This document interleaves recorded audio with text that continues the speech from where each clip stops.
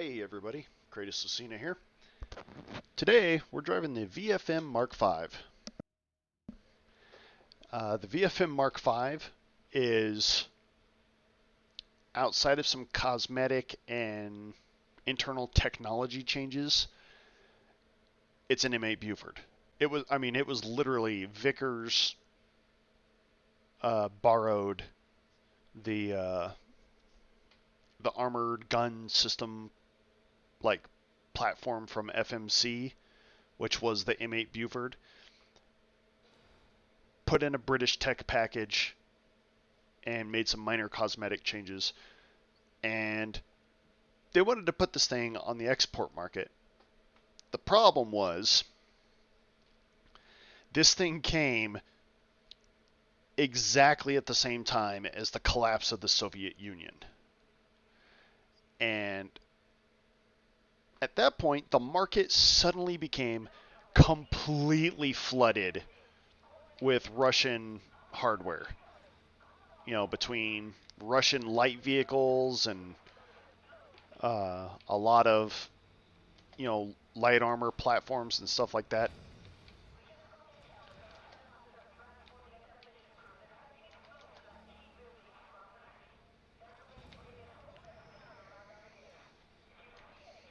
I have to try to steal some.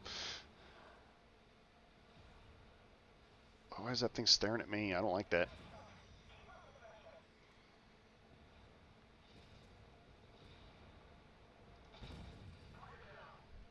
I got to get to 5. Then after that, I don't care what happens. Oh, man, you see that? The tiniest amount of that tank.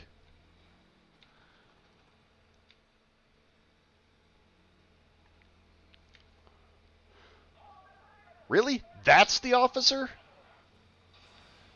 Me is the officer? That's not going to go well for that guy. Oh, I whiffed a shot on a tank that would blow up if you sneezed on it hard enough.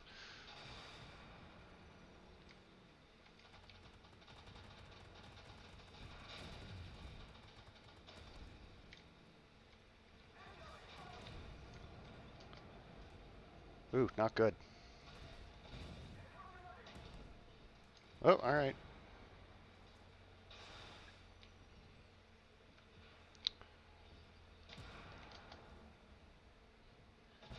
So all the officers seem to be us.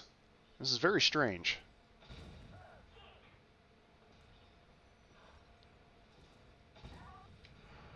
Dibs. Okay. So, functionality, it seems to be exactly the same as the Buford. I would guess the differences for... Ooh, that's bad.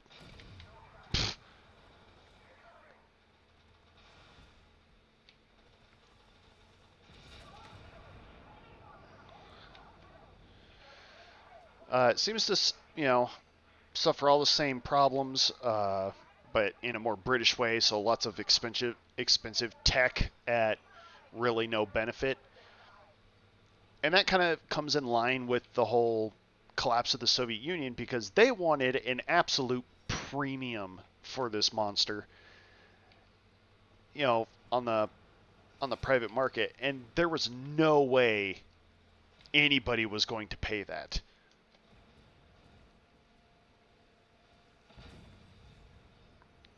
Especially when it's flooded with, a few billion, uh, BMPs and, B, you know, every single vehicle on the market from Russia.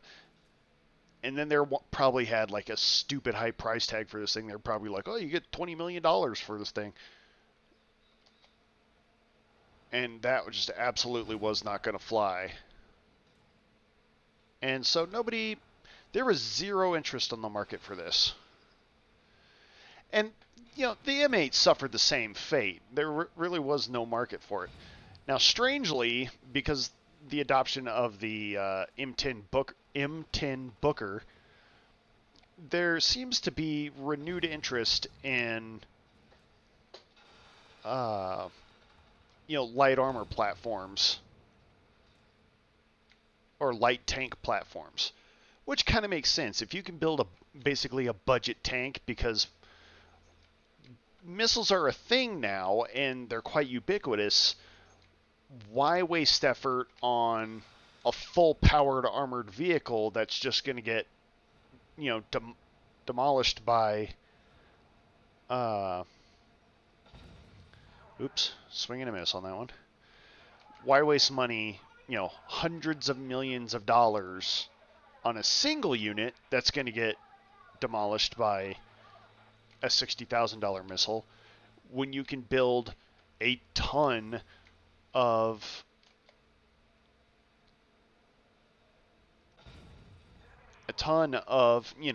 single $1 million vehicles or whatever, you know.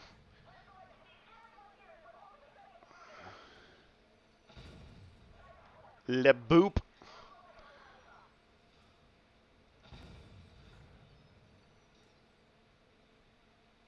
Those little tanks, man, they just go zoom right on through there.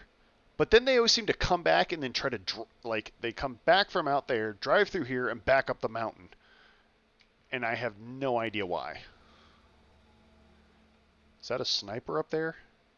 Because that sniper can't see anything going on at this other point. I'm going to have to drive over there and...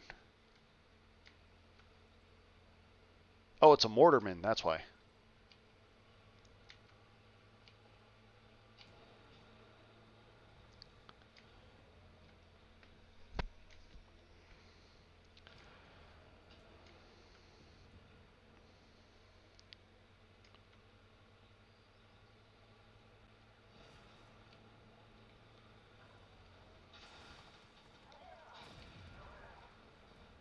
Did I miss? Oh, I hit the ERA.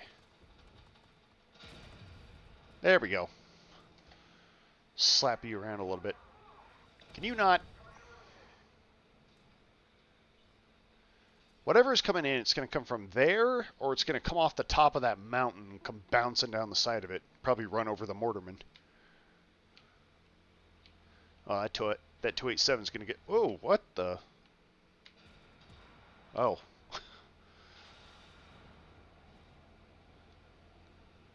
That was weird. I saw that shot come in from like a completely bizarre angle. Like nothing around here could have hit from that angle.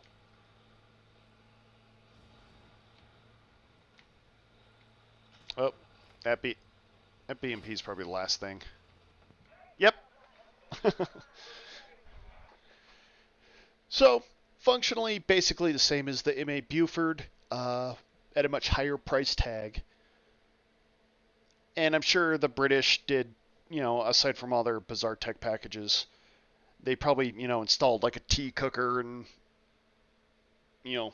biscuit warmer and other kind of weird things that British people do in their tanks. But again, it's not bad. Like, nice consistent damage and being able to have a fairly fast firing gun. It does well. I mean, it can't take much for hits because it's a very thin-skinned light tank, but it can take enough punches to keep going. Because your damage is low, but your rate of fire is high enough that you can typically outgun whatever you're shooting at, unless it's an MBT. But if you're fighting another light tank, you can kind of outgun them if if you stay on the move. You might be able to outgun them and win. So that's an advantage. And we got this new event thing going on where we're going to get, I think by the end of it, I think there might be like 5,000 battle coins. I think. Like there's a lot of battle coins going out in this event with like, I don't know, 4 or 5 camouflages. So if you enjoyed that battle, please like and subscribe. Huge thank you to those that already have. Comment down below if you'd love to see something in battle, and I will see you guys in the next mission. Until then, have fun.